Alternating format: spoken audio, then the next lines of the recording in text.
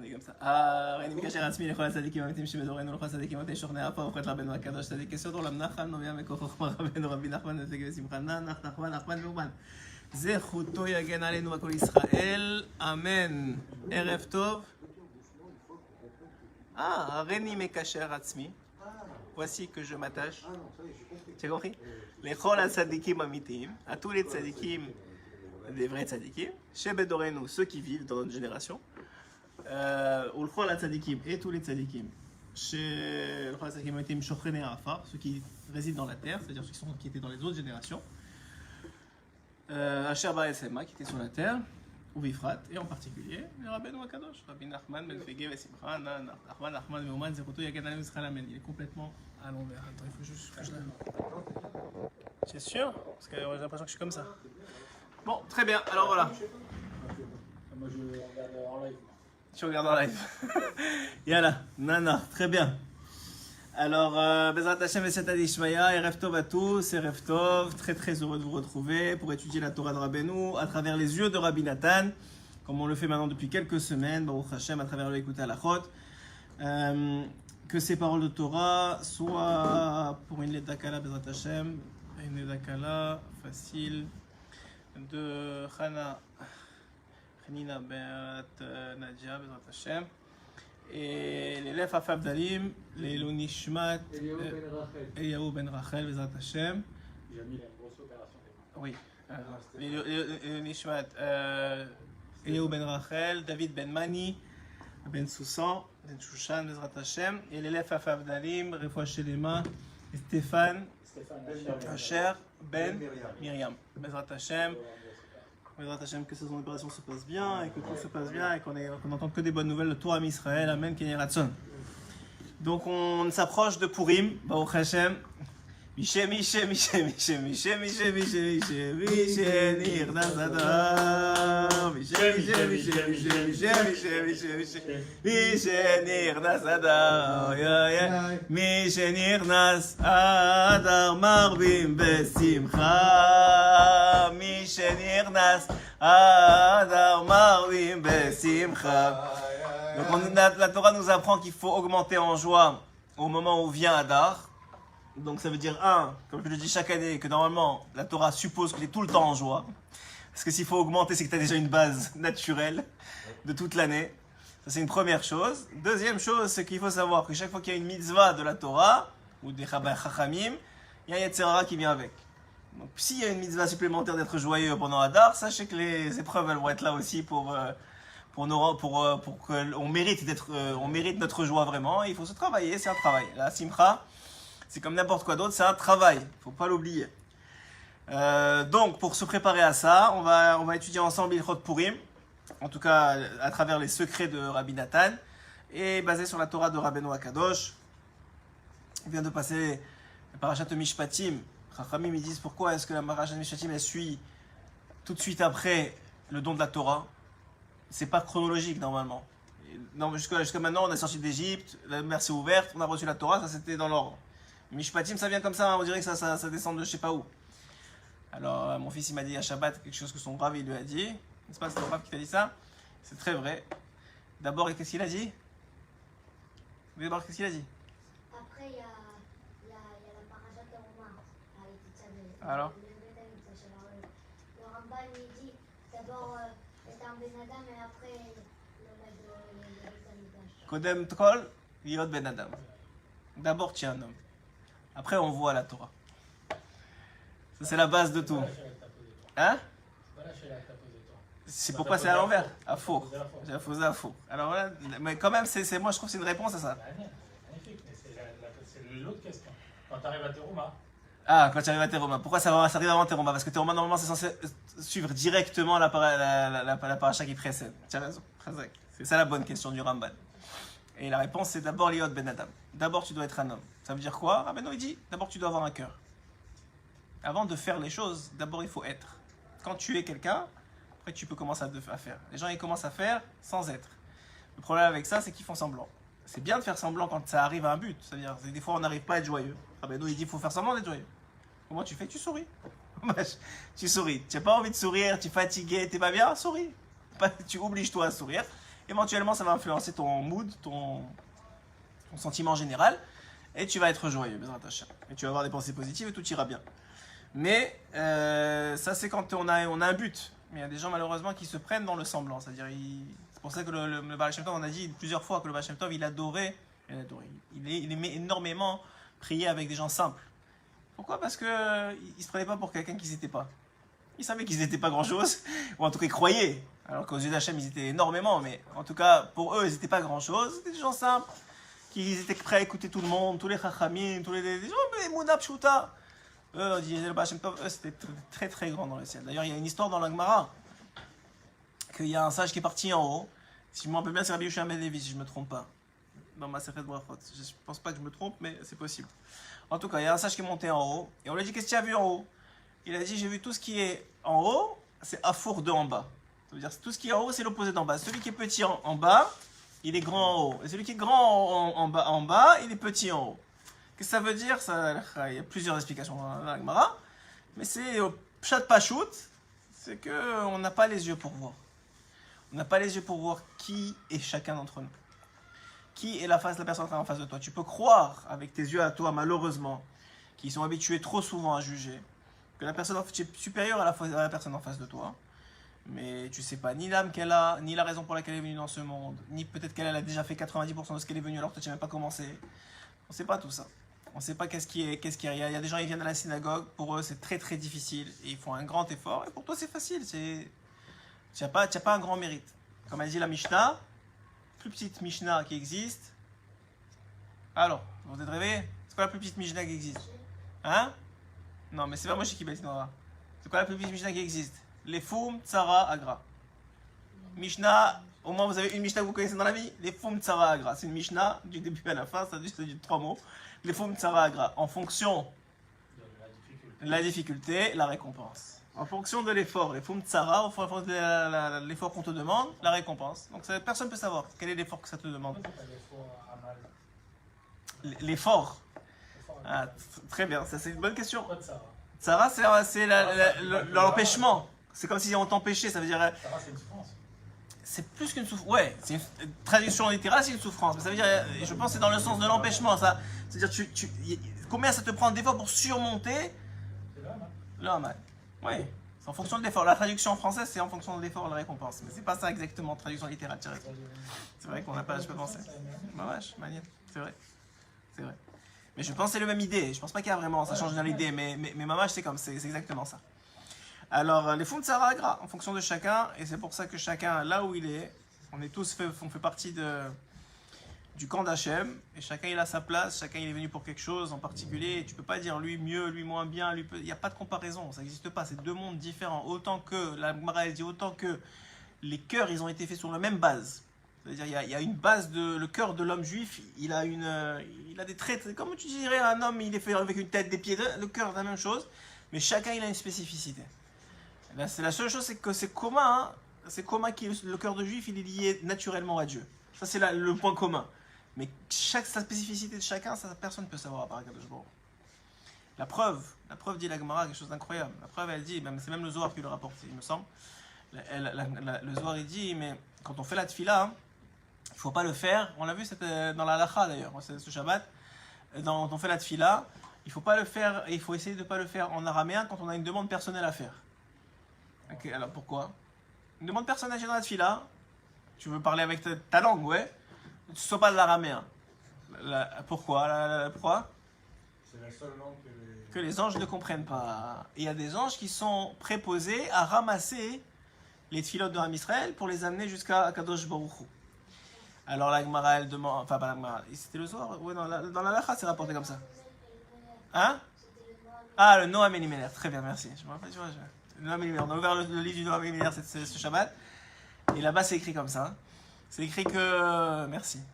Alors c'est écrit là-bas que, ce que je viens de dire, oui, donc il y a des anges qui sont préposés, bon, ils nomment le Zohar de toute façon, mais il y a des anges qui sont préposés à amener la tefila, et que si tu dis en araméen, alors ils ne pourront pas le faire.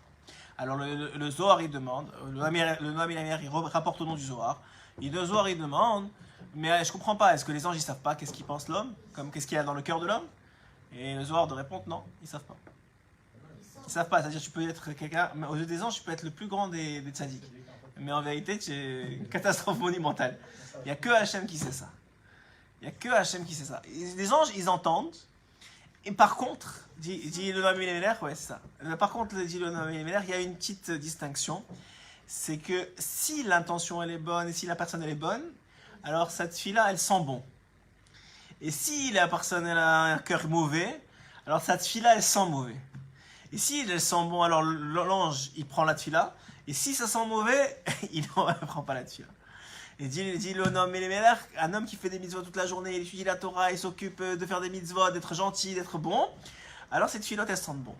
Alors, même quand il parle, il ne peut pas parler en araméen parce qu'il ne comprend pas, mais à part l'araméen, n'importe quelle tefila qu'il prend, si elle sent bon, ils l'apprennent avec eux. Encore une fois, tout ça pour dire ce que Rabbeinu, il n'arrête pas de répéter, que c'est pas ce que tu fais qui est important, c'est qui tu es qui est important.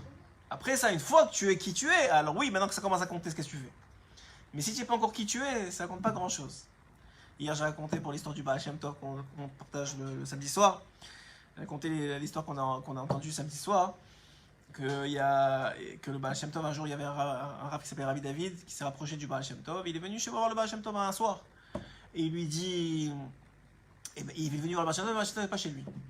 Donc sa maisonnée, il l'invite à rester. Rabbi David, c'était déjà quelqu'un de Mechouba, c'était un tzaddik de la région qui est venu voir le Baal Shem Tov. Donc on lui donne à manger, on l'invite à rester, et pour dormir. Et il dort, le Baal Shem Tov ne veut pas rentrer. Et puis pendant la nuit, il ne sait pas ce qui se passe, il croit qu'il y a le feu dans la maison. Il se réveille, il voit une lumière avec comme des flammes, alors il croit qu'il y a le feu, il remplit un seau d'eau, il veut renverser le seau, il veut faire quelque chose. Et plus il s'approche, puis il voit le Baal Shem Tov assis comme ça, avec du feu autour de lui, ou de la lumière, je sais pas comment tu appelles ça, comme le buisson ardent de Moshe Rabbeinu. Bon, et alors il dit rien, il attend que le Baal Shem Tov finisse, et après ça, quand il finit Tikkun Chatzot, il se lève, et le Baal Shem Tov il sourit, il lui dit comment ça va, il commence à l'accueillir, il dit je savais que j'étais là, etc. Alors il lui dit, mais qu'est-ce qui s'est passé? Il lui dit, rien de spécial. Il lui dit, comment ça, rien de spécial? Il y avait comme du feu sur. Il dit, probablement, moi j'étais en train de faire des télim, probablement c'était mes choum dvekout, parce que j'étais en train de connecter avec Hachem. Maintenant, qu'est-ce qu'il faisait? Mamache pas plus que toi ou moi, des télim. C'est quoi tu vas faire des télim? Des télim, c'est des télim. Non, mais lui, dans ces télim, il y avait une dvekout, il était connecté avec quelque chose d'autre. Alors, encore une fois, c'est pas ce que tu fais qui compte, c'est qui tu es. Quand tu es quelqu'un de mamache, sincère, et qui a des bonnes pensées, un bon cœur, alors quand tu fais les choses, elles sont. העניין פורים הוא קריאת המגילה, על פי מה שכתב רבנו בבא אמר, וביום הכיפורים, עין שם היטב כל המאמר. Donc là, pour l'instant, juste il nous donne la source de là où c'est écrit chez Rabbeinu, de ce qu'il va parler maintenant. והנה עיקר התגברות מלכות השער. C'est quoi l'essentiel du fait que la royauté mauvaise, la royauté du mal, se renforce dans le monde? C'est qui cette royauté du mal? C'est qui ici cette royauté du mal? Aman Amalek. Aman Amalek, c'est la royauté du mal dans le monde. C'est le doute, c'est ce qui fait douter le juif, c'est ce qui fait penser qu'il n'est pas bon, qu'il ne mérite pas d'être proche d'Hachem, qu'il est loin d'Hachem, qu'il ne mérite pas d'être le fils de Dieu, que lui, il a été rejeté. Tout ce qui te fait douter, tous ceux qui sont venus nous attaquer après être sortis d'Égypte alors qu'on était tout chaud et tout connecté avec Hachem, ceux qui sont venus au moment de Aman Amalek, tout, à chaque fois, même Marchemo, Hitler, Marchemo, tout, à chaque fois, Amen Amalek, ça revient dans chaque génération pour dire aux Juifs, vous n'êtes pas le peuple libre, vous n'êtes pas le peuple de Dieu, il vous a laissé tomber, il ne vous aime pas, il ne vous connaît plus, vous avez fait n'importe quoi de votre vie, c'est fini. Vous n'avez plus aucune chance. Ça, c'est Aman Amalek. Ça, c'est la Malchut Arsha. Esther. Quand est-ce que la Malchut Arsha, elle est forte? C'est pas quand elle a elle-même de la force. Parce que ça vaut rien. Le mal, il n'existe pas, c'est du vent. C'est de la barbe à papa. Le mal, tu touches, c'est rien, il n'y a rien dedans. Alors quand est-ce que c'est fort? C'est quand la force du bien, elle est faible. Lorsque la malchut de Gdusha, elle est faible. Lorsque la malchut de Gdusha, elle est faible, comme par exemple, au moment où ils ont fait le Mishté de Purim, c'était quoi qui était reproché par Israël lorsqu'ils ont fait le Mishté de Purim? Sauf, c'était pas d'aller au Mishté qui leur a été reproché. La Megillah, elle le dit clairement. Parce que, c'était quoi leur cheshbon quand ils ont accepté d'aller? Le cheshbon, c'était qu'ils allaient se faire tuer.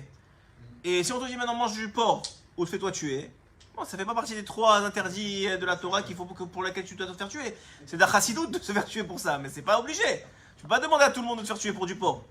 Donc qu'est-ce qui se passe? Le problème il n'est pas est-ce qu'ils sont allés ou pas. Le problème c'est qu'ils ont né.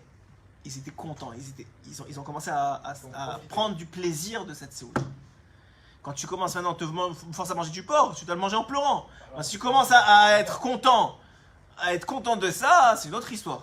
En l'occurrence, ils ne mangeaient pas du porc, c'était caché à la maladresse qu'ils mangeaient. D'accord, mais Ils sont enrobés, tu vois. voilà, c'était enrobé, mais moi je te parle pas de la nourriture elle-même. Toute l'histoire, toute la fête, etc. C'est comme un gars, il est invité, je sais pas moi, au casino. Et on dit, tu n'as pas le droit d'aller au casino. Maintenant, lui, bon, écoute, c'est le roi qui m'a demandé, je peux pas, etc. Ok, d'accord. Mais s'il va là-bas, il commence à kiffer, il commence à jouer, il y a un problème là. Si tu vas là-bas, tu restes dans ton coin, tu pleures, tu dis Hachem, pardon, je devrais pas être là, je sais pas ce que je fais là, c'est pas pour moi, vraiment, c'est juste pour le shalom. Ok, on peut laisser passer. Mais que tu es né de la Avera, hein, ça c'est une autre histoire. Encore une fois, là, on voit encore une fois que c'est pas ce que tu fais qui compte. C'est qu'est-ce qu'il y a derrière. Qui tu es, qu'est-ce que tu ressens, pourquoi tu le fais, est-ce que tu ressens soit le plaisir de la mitzvah, soit le regret de la Avera. Qu'est-ce qu'il y a derrière. Donc un homme, tu prends deux hommes, tu prends la même vie pour les deux, les mêmes mitzvot, les mêmes averot, ils n'ont pas le même olam haba, mais quoi? Mais rien à voir, ni l'un ni l'autre, rien à voir. Pourquoi rien à voir? Parce que ça dépend de chacun. Ça dépend comment tu l'as fait, avec quel sentiment, avec quel regret, avec tout ça. Mais moi, ça n'a rien à voir. Donc il dit ici, alors qu'est-ce qu'on apprend de la Tachles? Qu'est-ce qu'on apprend de la Tachles? Tachles, on apprend que quand tu fais une mitzvah, il faut être joyeux de la mitzvah. Et quand tu fais une avera, déjà que tu as fait l'avera, au moins sois triste de l'avera. Les gens ils disent, j'ai fait l'avera, alors autant kiffer ça. Non. Chaque charata, chaque regret, ça fait partie, ça diminue énormément la force de l'avera, la force que tu donnes au mal dans le monde. Un homme, il peut pas s'en sortir de l'avera. Je sais pas, quelqu'un il se drogue, là, ou qu'il a n'importe quelle autre drogue. Chacun il a ces trucs-là. Le jeu, les femmes, je sais pas ce qu'il y a. Hein? Voilà. Même si quelqu'un il tombe, il doit au moins regretter, dire je veux pas. C'est quand il y a Rabbi Nathan, souvent je parle de cette écoute à la chôte là. Il a écouté à la chôte là, dans les chôtes Ratson, dans les chôtes. J'ai oublié la chôte. C'est une chôte Gimel. Je me rappelle plus. Je te donnerai la source. En tout cas, là-bas, il parle du Ratson. Il dit que tous les quarts, c'est le Ratson. Ça veut dire qu'est-ce que l'homme il veut. L'homme, il a rien de fauté, mais il veut pas. C'est une Nershav, Bishvilo, que c'est pas tellement une faute. C'est pas tellement une faute. Alors maintenant, si tu vas me dire, s'il veut pas, alors pourquoi il le fait? Il y a quelque chose, il y a un tzad qui veut, parce que sinon il le ferait pas du tout. Bah, d'accord, il y a un problème. Mais encore, c'est pas la même chose. Encore, il y a des degrés en fonction de la volonté, et dans la mitzvah et dans la vera. C'est-à-dire que de toute façon, on sera jugé, mais on sera jugé moins fort, d'après moi, hein, Oui. par rapport au regret qu'on a. Bien sûr, pas d'ail. C'est bien sûr. On sera jugé quand même. On sera jugé. Et la faute, il faut la réparer. Encore une fois, la réparation, c'est une chose. Et le jugement, est-ce qu'on a la conséquence, c'est une autre chose. Alors, maintenant, ce qui est la conséquence, c'est la conséquence. Tu fais une action, il y a une conséquence. Mais là, le jugement, c'est bien sûr que ça dépend principalement de l'état d'esprit, de la volonté. Si tu dis même si c'est pas bon, mais qui tu te moques? Non, la faute. Ouais, de toute façon c'est mort. Ça y est, tu l'as fait. Non, je l'ai fait, mais quand même je regrette. Et quand même j'ai pas fini l'action. Il y a un Yetzirah après l'action. Ouais, comme on dit dans Ashkivenu, avant et après après nous. Alors, ועל כן יתגבר המלכות אחשוורוש על ידי פגם וחטא האכילה שגרם להם ליהנות, tu vois, ליהנות מסעודה. Tu vois, même Rabbi Nathan il le dit très bien. C'est quoi la faute? C'est d'avoir les notes, d'avoir profité, d'avoir un plaisir de la Séouda de Achashverosh, chez Otoracha. Allez, des Gaber Alem, c'est grâce à ça qu'il a gagné. C'est pas grâce au fait qu'ils ont mangé, ou grâce au fait qu'ils étaient là-bas. C'est grâce au fait qu'il a réussi à leur faire prendre du plaisir de la vera, de l'histoire, de cette histoire. Juste pour éclaircir, pourquoi est-ce que le Michté d'Achashverosh il était interdit pour les Juifs? Parce qu'il a sorti les kélim du Beth Amikdash? C'était quoi le lien qui était interdit là-bas? Premièrement, c'était pas la nourriture, parce que la nourriture c'était Karadim. À part si, alors il y avait les kélim, et il y avait la znout. Donc c'est venu après, ça veut dire. Mais c'était toute l'idée. Ouais. Mais la question c'est, déjà de base, il fallait pas y aller. Pourquoi? Parce que ça représentait quelque chose de... Non. Au début, personne ne savait pourquoi. Le seul qui a dit qu'il fallait pas y aller, c'est Mordechai. Tous les autres, ils ont dit, mais non, ça y est, on va y aller, on va s'asseoir, on va faire semblant de rien, on va faire du shalom, et c'est terminé. Tout le monde a dit, ok, c'est bon. Il y a que Mordechai qui a dit, non, ça sent mauvais. il y a quelque chose qui ne va pas dans l'histoire. Et au fur et à mesure, ça s'est dévoilé que oui, ça sentait mauvais. Que oui, ils ont pris du plaisir à quelque chose qui n'était pas cachère. Parce que ça s'est dégringolé en znout et en tout ce que tu veux. Et en soularde et en vin cachère. Mais encore une fois, c'est pas le problème de boire du vin cachère ou pas cachère, tu t'es saoulé. De quel droit tu te sauves dans une histoire pareille? De quel droit tu dis rien quand il y a des Kelim qui sont sortis? Mais combien de choses qui ont été sorties? C'est ça qui et d'ailleurs c'est la raison pour laquelle tout le Haïdien après du tikkun, de cette faute là, c'était quoi le tikkun? C'est d'avoir reçu la Torah be'ava. De la même façon que tu as voulu aimer la faute, maintenant il faut que tu aimes la Torah autant que tu as aimé la faute pour pouvoir réparer la faute. Alors il dit ici שגרם להם ליהנות מסעודה של אותו רשע, על ידי זה יתגבר עליהם. כי על ידי פגם האכילה הוא הסתרת פנים. Il dit maintenant un homme qui se... Comment on peut dire ça? Qui se... il tombe, mais c'est même pas tomber, il plonge dans le pgam de la achila, dans le défaut de la nourriture. C'est quoi le défaut de la nourriture? C'est manger pour manger. C'est le défaut de la nourriture, principal. La base. La base du défaut de la nourriture, c'est manger pour manger. Ouais. On va pas rappeler nos fautes ici, mais effectivement, ça veut dire tous on tombe dans ça. Pour manger, ça veut dire prendre du plaisir. Juste pour manger, ouais. Manger pour manger, c'est-à-dire pour et les francophones, enfin les Français, ça, ils ont développé cette truc gastronomique, culinaire. La plupart des Israéliens, tu manges du pain, du hummus, du truc, du machin. Allez, vas-y, on mange, c'est pas la fin du monde. Même à l'époque, les Marocains ou les Tunisiens, peut-être pas les Tunisiens, mais les Marocains, c'était quoi? C'est du pain et du beurre et du pain. Ça va, c'était pas, il n'y avait pas tous ces mets, tous ces trucs et tous ces épices et des cuissons à tel. Ça s'appelle le pgam ha'achila. Alors maintenant on est tombé dedans, déjà on est déjà dedans pas mal. Comment tu te sauves? Au moins tu manges pas pour manger. C'est-à-dire tu peux, de toute façon tu es pris dans l'histoire, donc probablement que tu peux pas, maintenant tu peux pas manger quelque chose qui ton palais n'est pas bon, parce que tu n'as pas envie ou parce que etc. Voilà, mais encore une fois, il y a encore, premièrement les brachot avant de manger, on dit chaque fois. Il y a 3 shlav dans la nourriture pour réparer. Premièrement, les brachot avant de manger, qui sont le tikkun des étincelles divines qui vont sortir maintenant de la nourriture. Deuxièmement, à quoi tu penses quand tu manges? Et à quoi tu penses que tu manges, ça veut dire est-ce que tu as dans cette nourriture là, même si on va dire qu'elle est bonne et que tu as choisi le meilleur mets, tu sais comme le steak, je sais pas quel truc, au moins que tu penses que ça va te servir pour quelque chose, ça te sert pour servir Hachem, au moins ça. Et le Tzara il te dit mais regarde, tu te moques de qui? Tu as choisi le meilleur restaurant et le meilleur truc, tu vas me dire c'est pour servir Hachem. Ouais, moi voilà, je sers Hachem, je suis heureux. Vas-y, il me fallait ça pour être heureux. Ben moi je suis heureux, Hachem il veut que je sois heureux, ouais voilà. Ouais, moi bien sûr. Rabbi Nathan ici. Ouais, ça c'est le meilleur. Ça c'est encore mieux. Moi j'ai toujours dit, tu vérifies Kalji d'abord. Et le Tzara te dit quoi? Tu te moques de moi, tu es en plein restaurant, tu as choisi le meilleur truc, tu vas le créer où là? C'est pas vrai. Ah, mais quoi c'est pas vrai? À 120 ans on règle les comptes, maintenant laisse-moi tranquille. C'est là on fait, de toute façon je vais manger. Tu essaies de faire le mieux que tu peux, tu te sauves le maximum de pgam ha'achila. Il y a toujours un pgam. Parce qu'on est des hommes, encore plus dans notre génération, et on est attiré par la nourriture. Mais le moins tu fais le pgam, c'est-à-dire le plus tu vas, comme tu as dit, préparer avec les brachot, avec le fait que c'est une oula, avec les nishmatan tzadik, etc. Deuxièmement, dans la pensée, dans l'intention et dans les paroles que tu fais pendant le repas, si c'est des bonnes paroles, des paroles de Torah, etc. Et troisièmement, c'est dans les brachot acharonot, dans la fin. Et troisièmement, plus que les brachot acharonot aussi, c'est de manger juste avant la satiété. Parce qu'après satiété, la Raminata explique que tu peux pas métaken la nourriture. Si tu es plein, ça veut dire que tu peux plus métaken. Tu peux plus métaken la nourriture, donc quoi c'est ça que tu manges. Bon, ça c'est encore un autre ignat. On continue. En tout cas, l'histoire elle est ici, qu'ils ont profité, encore une fois, tu vois, c'est pas qu'est-ce qu'ils ont mangé, ou qu'ils ont pas fait les brachot, tout ça ils ont fait. La seule chose qu'ils n'ont pas fait, c'est que l'intention qu'ils avaient pendant mangeant, c'était pas pour Hachem, et c'était pour profiter de la soirée qui est en train de se passer, ou les journées qui sont en train de se passer autour d'eux. Alors, כמו שכתב רבנו ז"ל במקום אחר, כי על ידי פגם האכילה, כשאינה בכשרות יכולים ליפול חס ושלום, מהשבעים פנים של תורה לבחינת שינה. Il dit un homme, il peut être très très très sadique. Mais vraiment, quelqu'un qui connaît la Torah, les shivim panim de la Torah, les 70 nations, à cause de la achila, il peut tomber à un point que comme s'il a oublié toute la Torah. À cause de la nourriture. C'est-à-dire un homme, on ne parle pas de nous maintenant qu'on est déjà loin de nous. Mais on parle de quelqu'un qui connaît les shivim panim de la Torah et Rabbeinu il dit malgré tout, à cause de la achila, il peut tomber en dormance. Il parle pas que quelqu'un qui mange taref. Hein. Non, pas quelqu'un qui mange cachère avec les brachot, avec tout. Juste l'intention et tout ce qui entoure la nourriture, c'est pas bien. Oublie le taref, oublie même la cacheroute, la moins méadrine, la plus méadrine.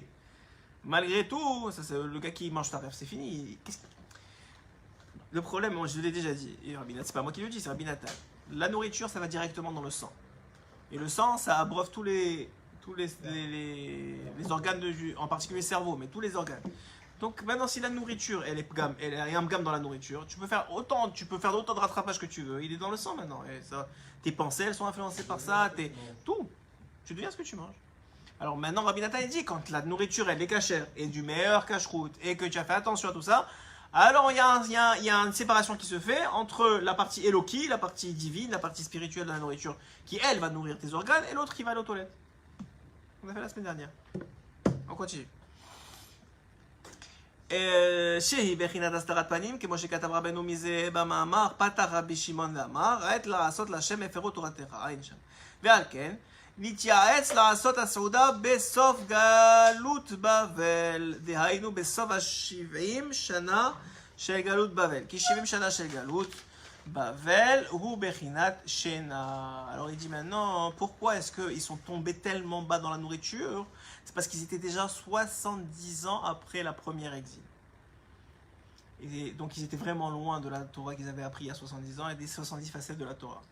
Donc comme ils étaient déjà entre guillemets, comment on dit, presque pas assimilés, mais ils étaient prêts à tomber quoi. Ils étaient prêts à accueillir. Donc c'est pour ça qu'ils sont tombés tellement. On ne parle pas de petits, on parle de tzadikim, des gens qui ont connu le premier temple, des gens qui ont survécu à pas mal de choses. Et quand même, eux, ils sont tombés parce que ça faisait déjà 70 ans, ils étaient fatigués, ils étaient éloignés des 70 facettes de la Torah. Bechinat mi ika de nain shivim shenin, shekatav b'ma'amar anal, bechinat yemei shenotenu bahem shivim shana, זרמתם שנה יהיו בחינת בשוב השם את שיבת ציון היינו כחולמין שזה כאה על 70 שנה של גלות בבל. Il dit au bout des 70 ans, alors c'était le temps de revenir, mais c'était aussi le moment le plus bas qu'ils étaient, que Moshe Perej Rashi, comme il a expliqué Rashi, et c'est pour ça. בסוף ה-70 שנה, à la fin des 70 ans, שאז הוא התגברות השינה, c'est là où le top du sommeil il était. C'est-à-dire les gars, ils ont oublié Hachem, ils ont oublié ce qu'ils sont venus faire dans ce monde, ils ont oublié le temple, ils ont oublié la raison qu'il fallait reconstruire le temple. Bechinat Astarat Anal, il y avait un tel Astara. Encore, alors, si on parle de 70 ans après la destruction du premier temple, qu'est-ce qu'on doit dire nous? Que ça fait 2000 ans qu'on a perdu le deuxième et on connaît personne qui a connu le temple. Donc on parle, si eux ils étaient en Astara, c'est-à-dire si ils étaient en dormance, nous on est en coma, c'est même plus de la dormance. Donc on a des circonstances atténuantes. C'est pour ça que je te dis, j'aime bien qu'on soit là. Alors il dit ici, mais je vois jamais non, excuse-moi, chez Azen Gabodachana, Bechinat Astaratan, al Ken, Kishiraou Aman, ואחשוורוש, שעדיין לא נגאלו ישראל ולא נתעוררו משנתם, על כן סבר שלא יגאלו ויתעוררו עוד, כי עד ה-70 שנה יש תקווה להתעורר משינה מאחר שעדיין לא נפלו מכל ה-70 פנים, ועל כן היה ראוי שיהיה גאולה תקף ומיד בסוף ה-70 שנה ולא תאחר אפילו רגע. Il dit que les 70 ans c'était la fin de tout, c'était en dormance complet. Et quand ils ont vu maintenant Achashverosh et Aman, ils ont dit soit on va se faire délivrer, soit c'est fini. Il n'y a pas de solution. Soit on se fait délivrer, alors qu'au début comme ça tournait en la faveur d'Aman, alors tous ils ont dit bon ça y est c'est fini. Mais quand petit à petit ils ont vu, et d'ailleurs, Rabbi Aminati il a un très très très beau, écoutez la phrase qu'on fera peut-être, qui explique là-bas, hein, pourquoi est-ce que Hachem il a pas tout de suite cassé Aman et il a fait tout ce mahalar que le matin même il a commencé à le trimballer dans toute la ville et dire voilà comment il honore le roi qui veut honorer, il y avait Mordechai sur le cheval, etc. Pourquoi toute cette histoire-là? Alors il dit Rabbi Nathan que comme ils étaient en Shena tellement importante, ils ne méritaient pas d'être délivrés. Alors qu'est-ce qu'il a fait Hachem? Il a fait toute cette histoire avec Aman et Mordechai, que Mordechai il a pris le pouvoir sur Aman et qu'il l'a travaillé devant tous les juifs comme ça, et tous ils se sont dit ah ça y est c'est le moment de délivrer. Tous ils ont cru en la Géoula. Et par le mérite, c'est ce mérite-là qui les a fait se délivrer, dit Rabbi Nathan. C'est-à-dire qu'ils ne devaient pas être délivrés, malgré que tout était scellé. Alors Hachem, il a fait en sorte que maintenant Haman il trimballe Mordechai partout et il le voit et qu'il y a le juif en haut et le goy en bas, enfin le goy, le rachat, parce que c'est pas tous des rachats, mais en tout cas le rachat Amalek, il est en bas. Ils ont dit ah ça y est, on va être délivrés. Parce qu'ils y ont cru, ils ont été délivrés, dit Rabbi Nathan. Alors il dit Azaï, caché, mais olé Torah Meshenaki. Alors on voit combien c'est important dans la Emouna. La Emouna, c'est la même chose avec l'ouverture de la mer. C'est parce que Anarchman il a cru que ça allait marcher, que ça a marché. À chaque fois qu'il y a un NES, où il y a des moments dans la vie où ça dépend de la Emouna de l'homme. Ça dépend mamache de la Emouna de l'homme. Même avec Amalek, on a vu dans le désert, quand Moshe il avait les mains en haut, il gagnait. Quand il avait les mains en bas, il perdait. Le gamin demande comment c'est possible. Quand il avait les mains en haut, il regardait vers le ciel, il pensait à Hachem. Ils avaient de la Emouna, il gagnait. Quand il était en bas, il n'avait plus d'Emouna, il perdait. En réalité, tout dépend de la vie. Ouais, tout. Ce monde-ci dépend de la Emouna. Ce monde-ci dépend de la Emouna. C'est quelqu'un qui a de la Emouna, il gère sa vie. C'est lui qui gère sa vie. C'est sa Emouna qui lui ouvre les portes. C'est-à-dire, pourquoi? Parce qu'elles sont prêtes à être ouvertes. Hachem, il veut que te les ouvrir. Mais si tu ne crois pas en lui, c'est ton problème. Si tu crois en lui, alors il est avec toi. Alors, qui keshit hakev yoter mishivim shana venoflim chas veshalom mikol hashivim panim azay kaché meod letorer mashena ki im alede bechinat hadrat panim. Alors il dit maintenant, si ils étaient partis dans les 70 sommeils, des 70 ans, ça aurait été très difficile de les sortir, même grâce à Hadrat Panim, c'est-à-dire au dévoilement de la face d'Hachem. Chez Zeïev Charliot qui im alede Mashiach. Ça, c'est seulement Mashiach. Donc ils auraient dû avoir Mashiach pour sortir de cette histoire. S'ils étaient tombés vraiment trop bas. Chez Yavo Bimerabeano. Mais nous, on est bien en dessous des 70 dormants, il ne faut pas se le cacher. Donc la seule façon qu'on s'en sorte, nous, c'est que Mashiach y vienne. Mashiach, c'est autre chose. C'est même plus par notre mérite. Il y a un système qui se met en place. Mashiach, on y participe par notre bonnes actions, on a dit, par Psychotratzot, tout ça. Mais c'est autre chose. C'est un réveil d'en haut. C'est-à-dire, Hachem, il décide, ça y est, c'est Mashiach. Allez, c'est fini. Et la seule raison, dit Rabbi Nathan et Rabbeinu, en vérité, qu'il n'est pas encore venu, c'est parce que Hachem, il attend qu'il y ait de plus en plus de monde qui puissent dire qu'ils y ont participé. Hein? Voilà, qui attrape le crin. Mais en vérité, ça ne dépend pas de nous. En vérité, ma chère, il va venir de toute façon. C'est-à-dire, tu veux pas, il va venir. Parce qu'en ce moment, on est pratiquement à la fin. Donc, ouais, ah ouais, ça c'est. Mais c'est même pas une question. Depuis le début, Hachem, il sait qu'un jour il y aura ma chère. Il savait quel jour et quel moment et quelle heure. Maintenant, la seule raison, dit Rabbeinu, et c'est pour ça qu'on. En tout cas, c'est la seule raison pour dire Rabbeinu que ça tarde tellement, c'est parce que Hachem il attend que le maximum de personnes reviennent et participent à sa Géoula. Mais en vérité, elle va venir de toute façon. Sans toi, avec toi, elle va venir la Géoula. Il n'y a pas, c'est une Géoula. Sinon, le monde n'a pas de justification s'il n'y a pas de délivrance. Alors il dit ici, on continue. Adrat panim, efrinat ve'ad atik yomin meta. Atik yomin, ze bechinat adrat panim. Ve'al ken, כמו שכתוב שם במאמר פתח, אוקיי. ועל כן, כשראו שלא נגאלו בסוף השם שנה, et c'est pour ça, dit Rabbi Nathan, que quand ils ont vu qu'ils n'ont pas été délivrés au bout de 70 ans, parce que eux ils se sont trompés dans leur compte. D'ailleurs même Achashverosh s'est trompé dans son compte. C'est pour ça qu'il a sorti les kelim du Beth Amikdash. Il a dit ça et c'est fini. Et eux aussi se sont trompés. Même les juifs se sont trompés dans leur compte. Ils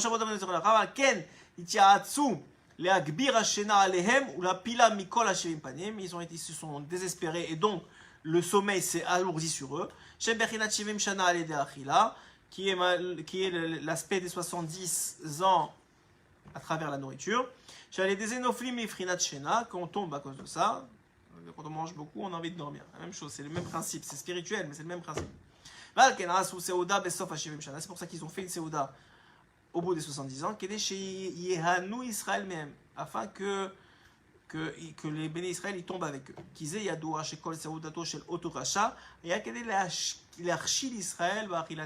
Parce qu'en vérité, le but de Achashverosh, dans toute la Seuda, il a invité tout le monde, hein, pas que Israël. Mais tout le but de Achashverosh, c'était de faire tomber un Israël dans Achilat Issur, dans la nourriture interdite.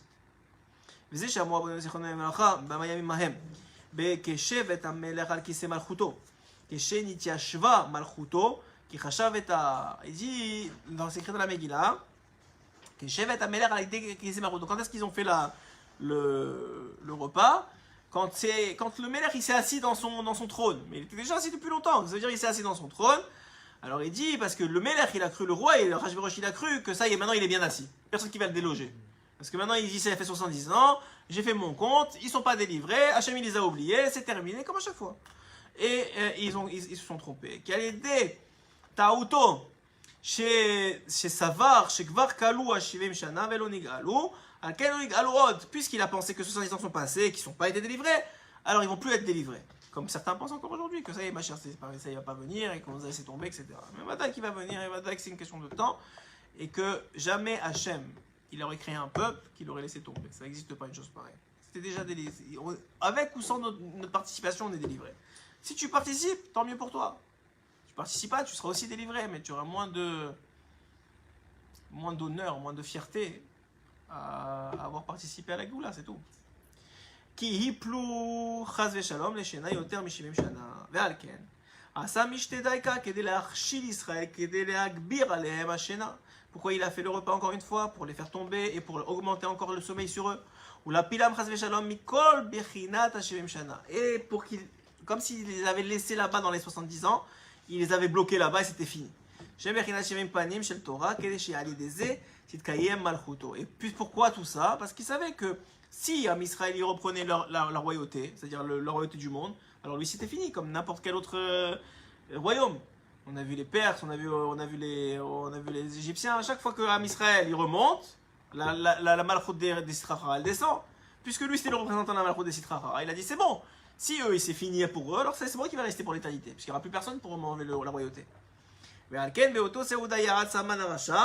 roquette Vashti Amalka, chez Kolze Aya Atzat Asitra Achara, Vechavanata Aya Kedesh Ali Deze, Yidgalgel Adavar. Alors il dit, c'est pour ça que Hachem il a fait tout le contraire. Vous savez que ça, moi, cette partie-là de la Megillah, c'est celle que j'apprécie le plus. De voir que l'Am Israël, même nous aujourd'hui, ils sont dans la plus grande avéra qu'ils auraient pu faire depuis 70 ans. Ils sont en train de profiter et de prendre du plaisir d'une Séouda qui va contre Hachem. Mamash contre Hachem, c'est-à-dire il est en train de prendre des kelim du Bet Amikdash et de mettre des femmes nues devant eux et tout ça, et eux ils profitent. Un peu, beaucoup, ça change rien, ils profitent. Et Hachem quand même avec tout ça, il est en train de préparer leur Géoula. Moi je trouve ça extraordinaire. Hachem avec tout ça. Les Chachamim qui étaient là-bas, ils n'ont pas vu venir l'histoire. Ils étaient là-bas, et t'as les femmes qui commencent à se balader, t'as les kelim qui sortent. Les femmes qui commencent à se balader, c'était déjà sous. Ils étaient déjà sous, c'était fini. C'est déjà fini. L'histoire était déjà pliée.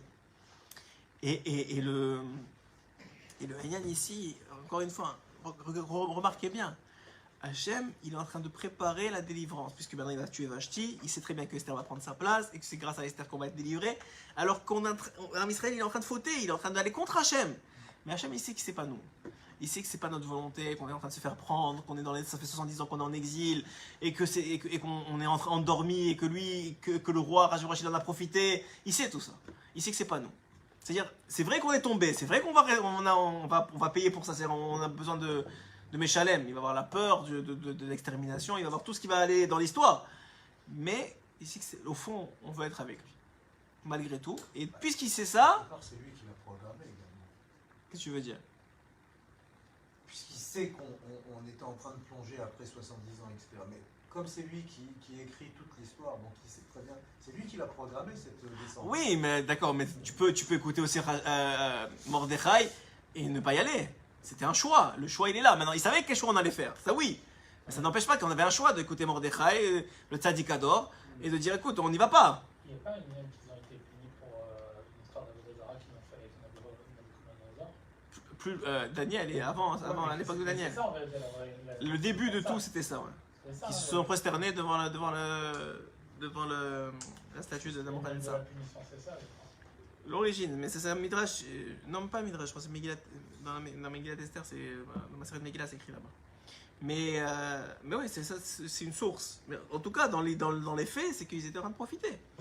Mais comment c'est beau que tu es en train d'aller contre. Tiens, en tout cas, ça a l'air que tu vas contre Hachem. Hachem, il est quand même là. Il te dit écoute, même si tu vas contre moi, en vérité, je sais que tu m'aimes, et je sais que tu veux être avec moi, et je sais qu'au fond, tu veux être avec moi, donc t'inquiète pas, je te sauve quand même. C'est incroyable. Je trouve ça, franchement, moi, je trouve ça extraordinaire. C'est le lien qui te donne les forces pour faire la faute. Il te donne les forces pour faire la Avera. Ouais, d'accord, oui, ça oui. Un homme qui va pour faire une Avera, il lui donne la santé, il lui donne la vie, il lui donne la force, il Ouais. change. D'accord, mais Ça là, d'accord, ça tu peux dire, ok, bah écoute, tu as fait ton choix, bah écoute, tu as fait ton choix. Maintenant, le monde il est Kiminago, c'est-à-dire comme tu veux, comme il est, le monde il est. Mais de dire qu'il est en train de te sauver, alors que tu vas contre sa volonté entre guillemets, ben, si tout est sa volonté, mais en tout cas en apparence. Moi j'ai toujours trouvé dans la Megillah, je trouvais toujours cette partie-là énorme. On dit continue, Ve'alken, Be'oto Seodayarat Saman Arasha, Le'arog et Vashti. Donc qu'est-ce qu'il a pensé maintenant? C'est pas de lui. Machem il a mis dans la tête de Haman de tuer Vashti. Chez Kol Ze'ayarat Sata Sitra Achara, Ve'achavanat Ta, et l'idée derrière, Kedesh Aledeze, il gagait la davar, que grâce à ça se tourne la chose. Ve'til Kar Esther El Bet Ameler, et que Esther devienne la roi et la reine. Qui était la vie Bechinat Malchut Ba'asitra Achara. Et pour que la malchoute de Dieu passe de caché à dévoilé. Aval be'emet היה כוח במרדכי לגלות ההסתרות וגם יש לו כוח לעוררם ולהקימם מהשינה והנפילה מכל השבעים פנים על ידי גם האכילה הנ"ל כי מרדכי הוא בחינת רב חסד בחינת הדרת פנים בחינת עתיק יומין. Tu vois, s'ils avaient écouté Mordechai, ils auraient été sauvés de toute l'histoire. Donc, des fois, un petit choix, ça entraîne beaucoup de conséquences. C'est-à-dire qu'il y aurait eu le même tikkun. Il y avait deux solutions. La finalité est la même, ils auraient été sauvés. Deux solutions. Tikkun Mordechai. Mordechai, il dit ici c'est Atik Yomin, c'est des concepts spirituels. Mais en tout cas, Mordechai, c'était l'antidote, on va dire, du mal. Tikkun Mordechai, c'est terminé. Tu es sauvé du mal. Ou bien, tu n'écoutes pas Mordechai. Tu vas dans l'histoire, tu tombes, tu passes, maintenant on veut te tuer, tu as la peur de ta vie, pendant ça n'a pas duré tellement longtemps, c'est quelques jours, tu jeûnes 3 jours, quoi, ça n'a pas duré longtemps. Ça dure vraiment l'histoire. Non, tout de suite ils ont su. Toute l'histoire de la Megillah dure 13 ans, et l'histoire de la date entre le moment où il a tiré et le moment où il a tiré au sort et le moment où il se fait pendre, il y a presque un an. Non, au moment où il est tiré au sort et au moment où il se fait pendre, il n'y a pas beaucoup de temps. Il y a quasiment un an. Il tire au sort, je te le retrouverai ça si tu veux, mais il y a presque un an. C'est-à-dire qu'il définit une date, il dit voilà, alors, au mois de Hadar, je crois que d'ailleurs c'est à Pessah qui tire les dés. Alors c'est ça. Et c'est Hadar le mois d'après, et c'est Hadar l'année d'après. Il y a presque un an. Ils font 3 jours de jeûne à Hadar. Oui, mais pendant presque un an, ils pensent qu'ils vont mourir. C'est bizarre, moi je ne me rappelle pas de ça dans la Encore, voix. Je vais revenir. En tout cas, moi aussi je vais revérifier. Mais en tout cas, tout ça pour dire que l'idée elle est que. Qu'est-ce qu'on disait? Que Haman, il a préparé quelque chose et que si on avait écouté tout de suite Mordechai, on aurait eu l'antidote tout de suite. Maintenant, on n'a pas écouté, ça a duré un an ou je sais pas. En tout cas, c'est clair que ça a duré quelques temps. Il y avait les 3 jours de Pessah, enfin les jours de Pessah qu'on a jeûné et tout le principe et les 2 jours de Michté, donc ça a duré déjà quelques temps. Mais tout ça pour dire que l'idée elle est qu'il y avait deux solutions pour être sauvé. Soit écouter Mordechai, soit faire le chemin difficile. On a eu le chemin difficile. Mais on ne se serait même pas rendu compte. C'est ça la beauté. Quelqu'un qui écoute les tzadikim, il ne se rend même pas compte de ce qu'il est sauvé. Ouais, mais le problème, c'est que... Quelqu'un, il te dit, un tzadik, il te dit viens en Israël. Toi, tu ne sais pas. Tu l'écoutes. Tu sais pas combien tu es sauvé de problèmes, que tu ne sais même pas qui sont arrivés, qui seraient arrivés là ailleurs. Maintenant, toi, tu as écouté le tzadik. Tu as fait la bonne chose. Tu n'aurais pas écouté. Tu aurais été sauvé aussi, parce que je veux te sauver. Mais ça t'aurait pris beaucoup plus d'efforts et beaucoup de souffrance et beaucoup plus de plein de choses. Mais ils étaient tous là-bas. Il y avait que Mordechai qui a dit...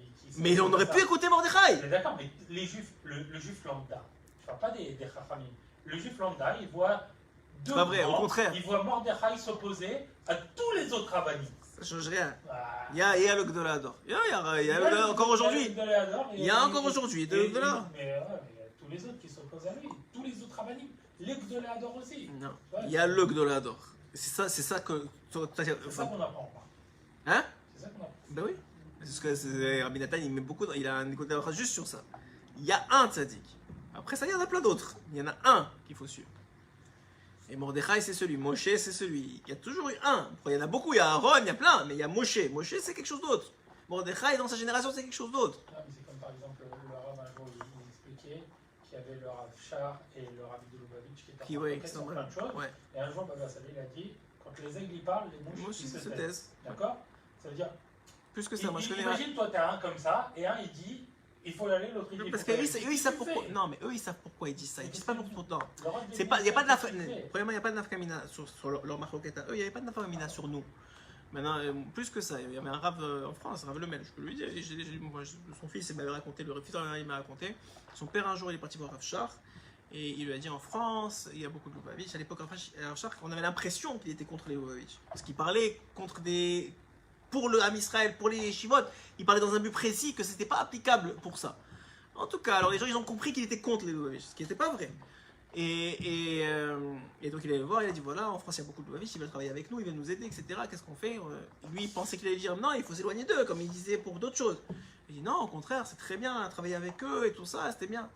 Donc ça voulait dire quoi? Ça voulait dire que Rav Shach, quand il dit quelque chose, il le dit dans un contexte précis, dans un but précis. Les gens après ils prennent ça, ils en font ce qu'ils veulent. Ça n'existe pas. Quand Rav Kanievski dit un truc, il dit quelque chose, pas un truc, il n'y a pas un truc qu'il dit, il dit toujours ça a du sens, ça a beaucoup de valeur. Chaque chose qu'il dit, c'est pesé, c'est en fonction de la question, de la personne qui est en face de lui. Les gens, ils viennent te dire, il faut faire ça, il faut pas faire ça. C'est pas vrai. Ça dépend qui lui a demandé, quand est-ce qu'il lui a demandé, pourquoi il lui a demandé, à qui il a dit. Ça n'a rien à voir, c'est pas stable comme ça. Donc, s'il a donné une halakha pour toi, Israël, c'est une autre histoire. Mais il a répondu à une question. Tu peux pas dire maintenant c'est vrai pour tout le monde, ça n'existe pas ça. Ça Rav Kanievski, c'est à qui il parle. C'est à qui il parle. Par exemple, j'ai quelqu'un qui m'a demandé d'aller de poser à Rav Kanievski une sheila, il va se marier bientôt. Il avait des doutes, etc. Rav Kanievski lui a dit Lotov, c'est pas bon que tu te sépares de ta future femme. Il lui a dit comme ça. Maintenant, pour un autre, il aurait pu lui dire oui, c'est bon. Un autre, il lui dirait écoute, prends ton temps. Lui, il lui a dit non, c'est pas bon, écoute, te sépare pas. Tu as des doutes, tu n'as pas des doutes, continue dans ta voie. Marie-toi. Mais ça, c'est spécifique. Ça, tu peux pas commencer. C'est pas une halakha. Les gens, ils en font des halakhot, le chisoun, les trucs comme ça. Ça chacun, je sais pas comment ça marche exactement. Moi, je vais même pas rentrer dans la marloquette. Mais tout ce qui est sûr, c'est qu'il y a des choses qui sont pour Ham Israël. Et en général, lorsque c'est pour Ham Israël, c'est dit pour Ham Israël spécifiquement. Il y a des choses qui sont pour chacun. Tu peux pas en faire des règles générales. Générales. Et ça, c'est les Gdolador. Les Gdolador, il n'y a pas. Chaque mot, chaque... C'est pour ça, il faut prier. Vivant, Rav Kanievski, c'est sûr. Rav David Abu Chassira, c'est sûr. Il y a Ashkenazim Asfaradim, c'est toujours... ça, c'est les deux qui sont sûrs dans notre génération. Maintenant, le reste, il y a beaucoup de grands tzaddik. D'abord, un tzaddik, il est battel devant le Gdolador. Il n'y a pas un grand tzaddik qui va dire ce que Rav Kanievski a dit, et je vais aller contre... Ça fait pas de sens. Déjà, il y a quelque chose qui tombe pas rond. Mais bon, ça veut dire... c'est sûr. Maintenant, moi, je te dis ce que moi, je comprends ce que je sais, mais moi, de mon niveau. Peut-être qu'il y en a des plus grands que moi qui comprendront différemment.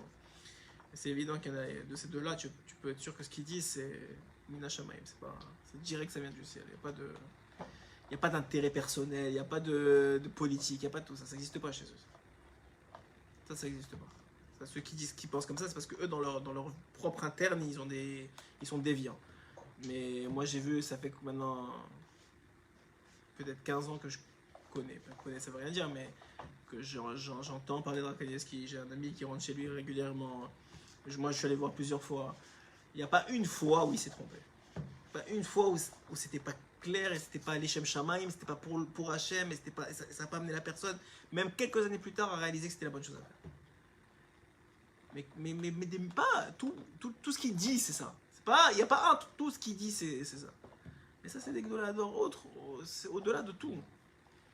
C'est au-delà de tout. Maintenant Rabbeinu, c'est aussi au-delà de tout. Rabbeinu, mais maintenant, comment comprendre Rabbeinu? Aujourd'hui, c'est difficile. Il n'est pas là. C'est pas évident. C'est pas évident qui tu vas écouter pour comprendre Rabbeinu. Est-ce que tu vas juste lire dans ses livres? Est-ce que tu vas comprendre ses livres comme il faut les comprendre? Est-ce que tu... Oui, non, mamash, oui. Chacun il peut. Oui, mais chacun il peut. Chacun il a... Rabbeinu il dit que... Rabbi Dana il dit que quand tu as une question, ouvre un livre de Rabbeinu et tu vas comprendre ce que tu dois comprendre. Mais si tu as le cœur pur, ça prend des prérequis. Tu n'as pas d'intérêt, tu veux pas chercher une réponse. Parce que des fois tu cherches une réponse. Alors et encore une fois, même chez les Chachamim, il y a encore une fois, ça dépend comment mais il y a des grands dans la génération qui peuvent guider, dans la majorité des cas, notre génération, et qui guident notre génération dans chaque chose. Et eux, ils savent. Ça fait partie de la Emouna. Et par le mérite que tu as la foi en ce qu'ils disent, Hachem, il fera que tu écouteras la bonne chose. Si maintenant chez quelqu'un de pas toi, mais si un homme il est quelqu'un de tordu, alors Hachem il va faire qu'il entende des choses tordues. Il cherche son intérêt personnel, il veut utiliser la parole pour dire aux autres regarde ce qu'il m'a dit. Ça marchera pas. Hachem il va tourner l'histoire, ça va tourner contre lui. Mais quelqu'un il veut la vérité, il veut même se rapprocher d'Hachem, il veut vraiment faire ce qu'il veut. Il ne demande pas juste pour avoir la réponse qu'il veut, mais il est prêt à entendre ce qu'il a besoin d'entendre. Hachem il va lui faire entendre, malo. Hachem il veut le rapprocher de lui. La première chose qu'il y a dans ce monde pour rapprocher d'Akadosh Baruch Hu, c'est des gens qui sont plus saints que nous et plus tzaddik que nous et qui sont plus proches d'Hachem que nous. Et Mamash qu'il y en a beaucoup, c'est pas une question. Donc c'est pas le problème. Ouais, on continue.